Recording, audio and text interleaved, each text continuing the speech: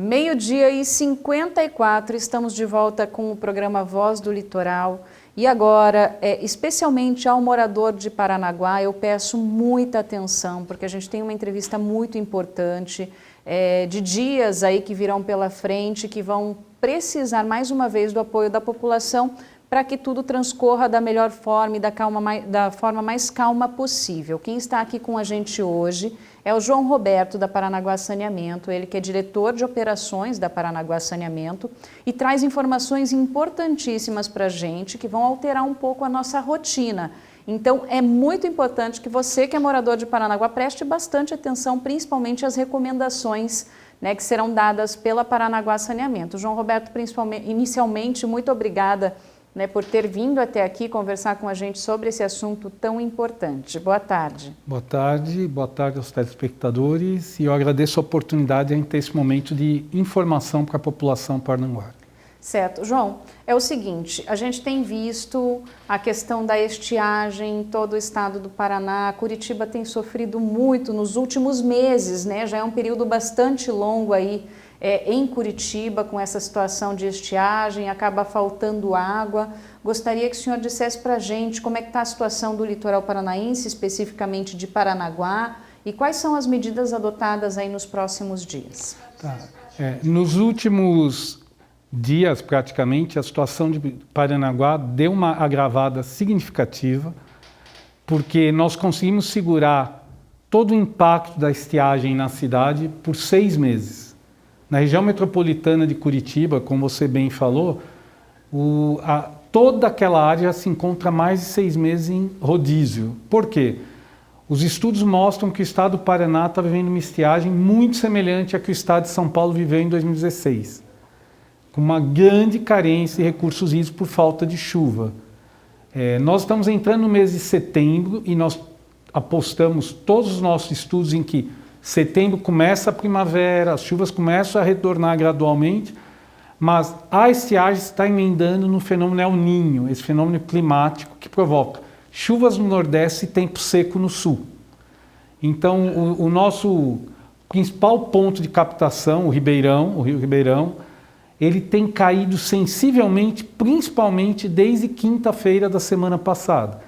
Então, assim, até numa maneira de prestar esclarecimento e prestar contas à população, nós estamos entregando hoje à agência reguladora um detalhamento do que aconteceu nesse período e temos obrigação de entregar, estamos sendo devidamente fiscalizados por eles. Nós passamos de quinta para sexta uma situação muito traumática, com muito calor, mas principalmente sexta, sábado e domingo, e a falta de chuva fez com que o rio secasse muito além do que ele vinha secando. Ele vinha secando uma média de 30 centímetros de captação por semana. O que é bastante, né? 30 centímetros para o volume de um rio é muita coisa. Muito, né? E ele baixou mais de meio metro. Nossa. Em 2 dias. Isso impactou sobremaneira. Os trabalhos que a gente vem desenvolvendo há 1 ano e meio na cidade para reduzir as perdas físicas de água foi o que nos deu fôlego. Mas a gente sabe que nesses 4 dias, sexta, sábado, domingo e segunda, uma parte significativa da cidade sofreu muito tinha água na rede, mas não com pressão suficiente para chegar na caixa d'água do cidadão. O que para o morador, no fundo, equivale a dizer que ele não tem água, porque nós tivemos que diminuir a pressão na rede para garantir a distribuição para o maior número de pessoas. Nesse sentido, a área da cidade, para eu poder exemplificar, para as pessoas entenderem, que sofreu de uma maneira intensa, assim, mais forte foi a região, desde o Parque São João, até a estrada que nos liga a Pontal, pegando ali Comerciários, pegando Vila Garcia, pegando Jacarandá, foram onde a gente mais percebeu a demanda dos moradores. A gente aproveita o momento para pedir aos moradores que liguem no 0800 4520, porque é a forma mais rápida que a gente tem de atendê-los. Nós estamos fazendo monitoramento pelas mídias sociais também, mas nós temos uma dificuldade muito grande de que a pessoa nos forneça os dados. Então, se a pessoa quer resolver o seu problema, liga no 0800, passa o problema que a gente vai lá e vai olhar. Então, nós conseguimos agir rapidamente nessas regiões. nós resolvemos de cerca de 189 ligações, nós resolvemos mais de 140 satisfatoriamente. 8 nós não conseguimos responder, nós levamos caminhão-pipa. E as demais, a gente simplesmente não conseguiu contatar o morador. A gente ligou diversas vezes e tem ligado, mas não tem conseguido.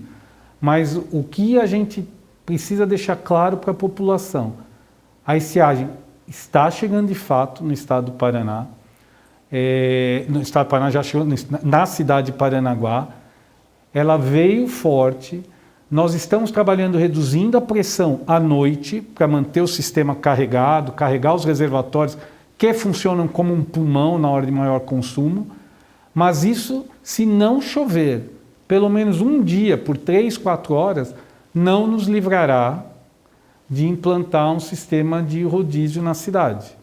A gente está tendo essa responsabilidade de falar, nós não estamos querendo apavorar ou tumultuar a vida das pessoas. A ideia é implantar um rodízio muito menos impactante, de maneira que uma parte da cidade tenha água 12 horas, e 12 horas ela seja abastecida pelas suas caixas d'água, e a outra parte está desassistida e vá se revezando de maneira que todo mundo tem água nas suas casas todos os dias. Existem lugares mais graves no estado onde as pessoas chegam a ficar alguns dias sem água. Não é o que nós teremos aqui. E por que nós estamos fazendo isso? Porque é a maneira que a gente tem de o volume do Ribeirão conseguir abastecer nessa situação. O volume médio de captação que a gente trabalha no rio varia entre 280 e 300. Em períodos de crise, de falta de recursos hídricos, não tão grave como esse ano, a gente trabalha com 250. E nós estamos captando hoje 200. Então, assim, isso exige, a gente pede mais uma vez, e a gente vem tendo apoio da população no uso consciente. Não é hora de lavar carro, não é hora de lavar calçados, não é hora de gastar água desnecessariamente. A água que a gente gasta mais não chega num vizinho, não chega num outro cidadão. Certo. João, então, resumindo a situação, baixa das chuvas, a gente tem visto que o tempo está bastante seco, e não é só em Paranaguá, não é só no litoral, mas é no estado inteiro. Então, baixa das chuvas, o rio ou a nascente do rio não consegue captar água suficiente, e é de lá que a gente tira a água que abastece o município. Então, existe essa defasagem aí nessa captação, e para que isso consiga se manter por um tempo mais longo possível, a gente precisa fazer esse racionamento, que seria a população fazer o uso consciente e até deixar de fazer algumas coisas que faria em tempos normais, para que a gente possa se manter abastecido de água, como o senhor disse aí. Esse racionamento durante a madrugada já começa agora? Como é que vai funcionar isso? A ideia é assim, o que a gente quer fazer é não deixar que uma população só sofra e a outra seja. Então, primeiro que a gente está tentando ver assim, é a solução que garante a integridade hídrica? Qualquer outra que não impute esse peso à população, a gente está estudando e está modelando. Os técnicos estão calculando agora. Mas só pela uma parte da sua explicação, o rio oferece normalmente 400 litros por segundo que a gente pode retirar. Existe um limite, porque eu não posso matar o rio, eu não posso pegar 100% da água do rio. Sim. Eu tenho que deixar ele percorrer o caminho dele, que depois da nossa retirada ainda existem pessoas que necessitam do rio. Então a gente pode retirar até 300, 310 litros do rio, e somando com os outros pontos de captação. Hoje, o volume disponibilizado pelo rio nos obriga a captar muito menos, sensivelmente menos. Então, o que a gente quer com isso? Se a gente conseguir modelar o sistema para que eu pare o abastecimento, por exemplo, de madrugada, sem afetar ninguém, por 6 horas, das 11 às 5 da manhã, e não afete ninguém, e o sistema me garanta segurança para que durante o dia eu disponibilize água para todo mundo, essa é a alternativa. A segunda alternativa, que hoje está se parecendo com mais força, e eu digo hoje praticamente agora, porque nós estávamos modelando, caiu mais um pouco o nível do rio, então assim, a gente está acreditando que será 12 e 12. Então a gente vai ter que construir isso, modelar isso, submeter a uma apresentação técnica para agentes reguladores, se eles concordam ou não, porque eles também têm que dar a visão deles, Porque o que eu não quero é assim, uma cidade sempre terá água o dia inteiro, uma parte da cidade, e a outra só terá à noite. Não, as pessoas têm suas necessidades e têm suas demandas. É como construir esse equilíbrio. Essa é a responsabilidade que a gente quer ter, porque não pode impactar mais do que a gente conseguir evitar na vida do cidadão. João, e tem já pessoas que estão sem água desde sexta-feira, pessoas que estão já sofrendo com falta de água em seus bairros. Isso já é reflexo dessa baixa captação ou é uma outra situação? Uma parte grande, eu diria que 60%, 70%, sim. Eu vou citar alguns bairros só para a gente poder exemplificar e as pessoas entenderem também que a gente está sendo muito criterioso nisso. Mas a região de Comerciários, Parque São João, Vila Garcia, Jacarandá, dentre outros, tá? Sofreu mais intensamente, por quê? Porque eles são os primeiros a ser abastecidos normalmente eles são privilegiados, são os primeiros a serem abastecidos, e depois a água entra no centro de reservação CR4, que eu chamo o da Bento, que quem passa pela Bento Munhoz enxerga o reservatório. Os demais pontos da cidade começam por reservação. Eles são abastecidos em carga. Como há uma diminuição, a pressão diminuiu e sentiram muito mais intensamente as pessoas que moram ou em pavimentações de 2 ou mais pisos e que existe um padrão, uma técnica no uso e edificação que a pessoa tem que construir isso a uma determinada altura, a partir dessa altura tem que ter cisternas.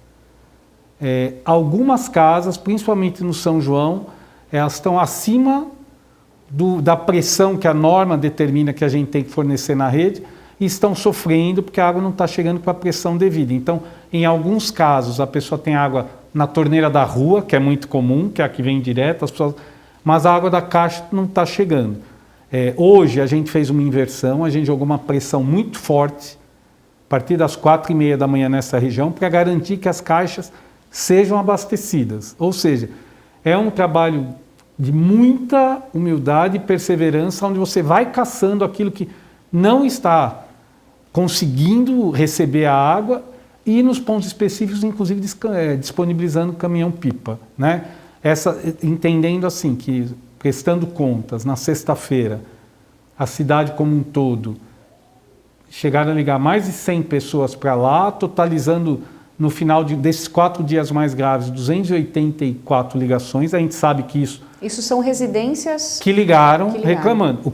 E a gente tem consciência de que não é o total de pessoas que passaram pelo problema, porque o número de pessoas que ligam é bem menor do que o número de pessoas que está sentindo. Então nós estamos fazendo uma checagem também pela internet, menos preciso, porque quando a gente pede para a pessoa passar a informação dela para a gente ir, nem todo mundo quer dar a informação, isso nos dificulta muito, mas quando alguém reclama e eu vou numa determinada área, a gente olha o todo, né? E fora essa região também, para não dar a impressão que a gente está excluindo alguém, a região do Palmital, da Raia e São Sebastião, se eu não estou enganado, tem reclamações mais pontuais, mas que a gente também está tratando, né? E orientando os moradores.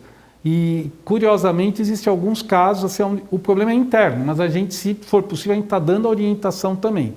Mas é o efeito, sim, porque em situações de demanda, de diminuição da água, a norma diz que você abaixa a pressão para você perder menos. E no que eu abaixo a pressão, a coluna de água, em casas térreas, ela continua abastecendo, em sobrados, de acordo com a altura, não chega. Mas a gente está tratando caso a caso, para tentar resolver e minimizar esse incômodo na população. João, vou pedir para você permanecer mais um pouco aqui com a gente, é um assunto importantíssimo, vai alterar nossa rotina aí nos próximos, né? A gente não sabe quantos meses, talvez, né? Eu espero que não, porque o estado do Paraná é muito rico, sim, os rios, a chuva recarrega muito rápido. Tá. A gente tem que rezar por chuva. Então tá bom, vou pedir para você aguardar mais um pouquinho aqui, tá, a gente faz um intervalo agora, já a gente volta trazendo mais informações sobre o início desse rodízio que acontece em Paranaguá, então com essas informações da Paranaguá Saneamento. Aguenta aí que a gente já volta.